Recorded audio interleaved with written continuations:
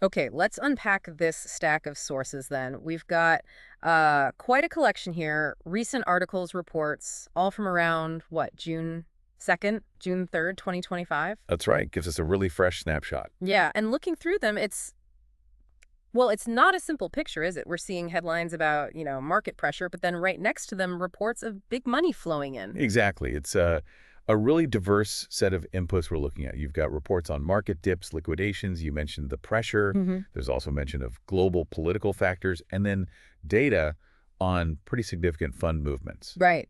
And kind of woven through all of that are references to, well, a whole range of different assets. Hmm. Everything from the big names, Bitcoin, Ether, to newer projects focusing on real-world assets, even meme coins. A real mix. A real mix. So I think the mission for this deep dive really is to pull these different threads together.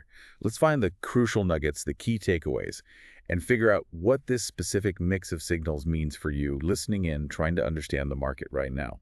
It definitely feels like a bit of a puzzle right from the start. Like, on one hand, we see these headlines, something like Bitcoin falls below 104K as liquidations surge. Yeah.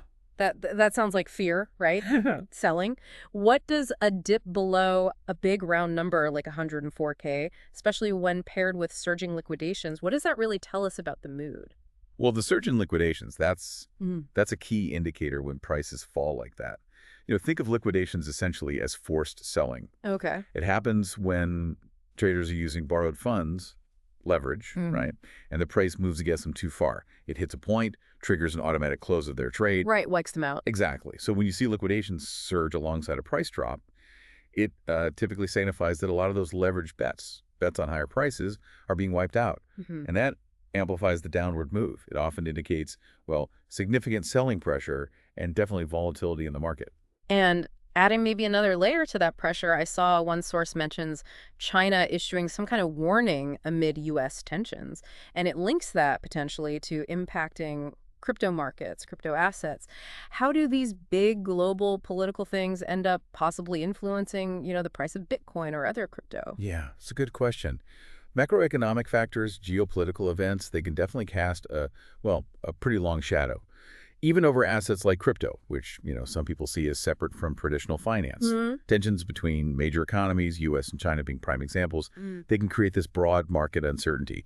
Investors might just become more risk-averse generally. Pull back a bit. Pull back, yeah. Pull capital out of assets they see as volatile or sensitive. Hmm. And crypto definitely falls into that category sometimes. It can also raise concerns about, potential regulations down the line or just general economic instability. So, yeah, this article provides some important context. It suggests that these external, large-scale factors might be contributing to that overall market pressure we're seeing. Yeah. The stuff playing out in the Bitcoin dip, that increased volatility.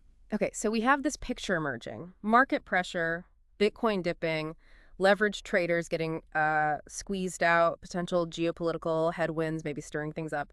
That paints one kind of picture. Right.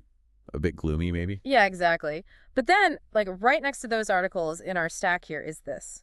Well, it seems like a contradictory piece of news. And this is where it gets really interesting, I think. It's a report from CoinShares, Mhm. and it's highlighting a $286 million surge into crypto funds just last week. Yes.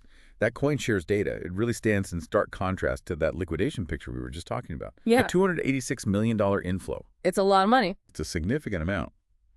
An inflow into these crypto investment products suggests pretty substantial net buying. Hmm. And it's usually coming from a different part of the market. Right, not the day traders, maybe. Typically not. We're talking institutional investors, perhaps asset managers, high net worth individuals, Yeah. people accessing crypto through these, regulated fund structures. This kind of sustained inflow, hundreds of millions in just a week. It usually indicates more strategic thinking. Longer term positioning, maybe, rather than the sort of rapid short-term trading that's often associated with high liquidations. That's really the heart of the puzzle these sources present, isn't it? Why would you see Ether specifically topping those purchases, getting strong fund inflows, at the same time Bitcoin is dipping and those short-term leveraged traders are getting liquidated? It absolutely highlights that the market isn't, just one single thing. It's not monolithic. These fund flows into Ether, they could reflect several things. Like what? Well, it might be institutions diversifying their crypto exposure, looking beyond just Bitcoin, perhaps. It could signal specific confidence in developments happening within the Ethereum ecosystem itself. Right. Maybe related to staking yields, the Hmm. growth of DeFi or NFTs on Ethereum, maybe anticipation of future upgrades. Right. Fund managers, they just have different mandates, different viewpoints than, say, individual leveraged traders. Right. So this strongly suggests that different investment strategies, different types of capital are operating at the same time. And sometimes, yeah, with opposing actions. One group's reacting to volatility, maybe selling, while another group is potentially buying into that same volatility or just focusing on different assets altogether. And speaking of different assets, our sources, they mention a whole array of individual altcoins. Each one seems to be highlighted for very different reasons, which I guess shows just how varied those strategies might be. Indeed, yeah. We see interest spanning pretty much everything from, very early stage concepts Mm. all the way to well-established networks and then, yeah, even purely speculative plays. So let's look at some of maybe the newer or emerging projects that came up. Qubetics got mentioned in two separate sources. One called it a top coin to join, another highlighted it as a top crypto presale. And both pointed to its focus on a, quote, real-world tokenization platform, and they noted its presale momentum hit over $17.5 million. Yeah, and what's fascinating there is that focus on its presale status. A presale, it's that early fundraising stage. It happens before a token gets listed on public exchanges. Right, get in early. Get in early, exactly. And achieving over $17.5 million in that early stage for a brand new project, that's quite notable. It suggests significant early investor confidence or, maybe just very effective marketing, creating strong initial demand. And what about real-world tokenization? What does that generally mean? Good question. It basically refers to using blockchain tech to create digital tokens that represent tangible assets, things like property or art, maybe commodities. It's a narrative that's attracting a lot of attention right now because it promises to bring these sort of illiquid physical assets onto the blockchain, potentially making them easier to access, easier to trade. Interesting. And then we have BlockDAG, mentioned at a really low price point, 0.00018. Yeah. One source even called it the next big break and best crypto to buy now. Uh, And it listed it alongside established giants like Binance Coin, BNB, Tron, TRX, Near Protocol. yeah, claims like best crypto to buy now, you definitely had to take those with a grain of salt. They're promotional indicators, right? Fair. But seeing a project priced way down at 0.00017, which usually means either an extremely low token value per token or just a massive token supply, Yeah. typical of very early stage projects, seeing that mentioned in the same breath as established. Yeah. Large cap coins like BNB, TRX, and Near. Mm. Well, it underscores that speculative hunt, that search for potential high growth opportunities. The next big thing. Exactly. It highlights that segment of the market that's constantly searching for the next big thing. Yeah. And they're often evaluating projects based on these really low entry prices, hoping for, massive percentage gains down the road. Okay, so cycling back to some of those more established names that appeared alongside Qubetics earlier, we saw Near Protocol and XRP also listed as top coins to join in one of the sources. Right. And the sources also briefly mention SUI writing L2 hype and Monero staying private. Just quick mentions. Right. In Near and XRP, they're definitely much more mature assets compared to those pre-sale or very, very early projects like BlockDAG. Near has its own whole blockchain ecosystem. XRP is obviously well known for its focus on payments. Been around a while. Been around a while. Their continued mention reflects, ongoing interest in their established networks, their use cases. Yeah. The little note about SUI writing L2 hype is interesting too. It connects SUI to that broader trend of layer 2 scaling solutions, technologies built on top of existing blockchains like Ethereum to make transactions faster, cheaper. And Monero's mention, well, that just reinforces its core identity, doesn't it? Yeah. It's all about transaction privacy. That's a specific niche, but it's valued by a certain part of the crypto user base. Now, let's shift gears again, look at a completely different segment mentioned, meme coins. Shiba Inu SCA is featured. The source notes its price shows, quote, oversold status. However, it immediately kind of tempers that. It says investors are moving on, sell-offs have picked up, and there's weak market momentum. That sounds less bullish. Yeah, definitely less bullish. It also mentions whales. Those big holders are shifting focus, betting $560,000 on a viral altcoin, which seems to be Unilabs based on the context. Yeah, this paints a really classic picture of the volatile and very trend-driven nature of the meme coin space. An oversold status, technically, can sometimes suggest a potential bounce is coming. Buy the dip, sort of. Sort of, yeah. But when you combine that technical signal with explicit mentions of weak momentum and actual sell-offs, it indicates that any of those technical bounce signals are just being overwhelmed by selling pressure, declining interest. Okay. And that detail about the whales shifting $500,000 to a viral altcoin, that's particularly telling. Whales in this specific space, they often look for the next trend, the next narrative.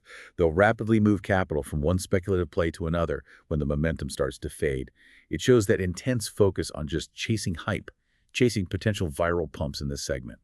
And maybe the most vivid example of that hyper-speculative end of things. So, One source mentions Moonshot launching something called FUCK right? on the Solana blockchain, apparently with a $9.6 million market cap right at launch. Yeah, this is clearly at the extreme edge of the market spectrum we're seeing in these sources today. It represents that purely community-driven, highly speculative, often incredibly volatile part of the ecosystem. $9.6 million cap at launch, though. It's not insignificant. It means it wasn't some tiny, obscure project from day one. It had immediate, although very likely speculative, valuation. And launching on Solana is also noteworthy. That network has been really popular recently for these types of rapid, low-cost, meme coin deployments. It just stands in such stark contrast to, say, the utility narrative of Qubetics we talked about, or the institutional interest suggested by those Ether fund inflows. Wow, okay. So a lot of different threads there. Definitely. And if we try to connect all these pieces, step back and look at the bigger picture, what this collection of news sources really vividly illustrates is that the crypto market, quote unquote, it just isn't a single unified market right now. Not at all. It sounds more like several different markets almost. Exactly. It's more like several distinct markets operating simultaneously. And they're driven by different types of participants, people with fundamentally different motivations, different strategies. So, okay, what does all this diverse, sometimes really contradictory information, what does it mean for you, the listener, trying to get your head around what's actually happening? It means, I think, you need to recognize that when you read a headline about crypto, you really have to ask, which market segment is this headline actually talking about? Good point. Is it the market influenced by, say, leveraged retail traders reacting to short-term price swings? Is it the market where institutions or larger funds are making more strategic, longer-term allocations into established assets or maybe utility-focused projects? Or is it that other market where speculative capital is just chasing viral narratives and launching meme coins on fast blockchains? Right. This snapshot we've looked at today shows us dips and liquidations are happening in one part of the market, while at the same time, hundreds of millions are flowing into funds focused on assets like Ether in another part, and millions are being poured into launching highly speculative meme coins in yet another corner, all at the same time. So understanding which dynamic is really at play for a specific asset or a specific headline, that's crucial for navigating this landscape. Which, it raises an important question. Do you even begin to distinguish between these? How do you navigate these multiple overlapping layers of the crypto market? Absolutely. That's a key question. So just to recap, we've taken this deep dive through a stack of recent sources. We pulled out details about market dips, liquidations, Yep, the pressure points. the surprising fund movements, especially into Ether, those potential geopolitical connections adding background noise, the continued relevance of established players like Near and XRP, then the momentum around utility-focused newcomers in pre-sale like Qubetics. And the early-stage speculative projects like BlockDAG. Right, and then that wild ride of meme coins from SE-facing challenges to the launch of something like FUCK coin on Solana, highlighting that constant whale activity, hunting for the next viral play. And as we've discussed, what this collection of recent news really emphasizes, I think, is just how varied and dynamic the crypto space is at this particular moment.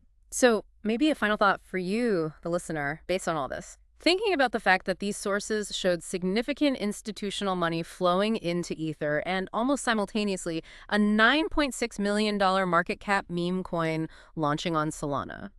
What does that simultaneous activity happening side by side tell you about the different motivations, the different players, and just the evolving landscape of today's crypto market? The picture is definitely way more complex than just one single up or down trend.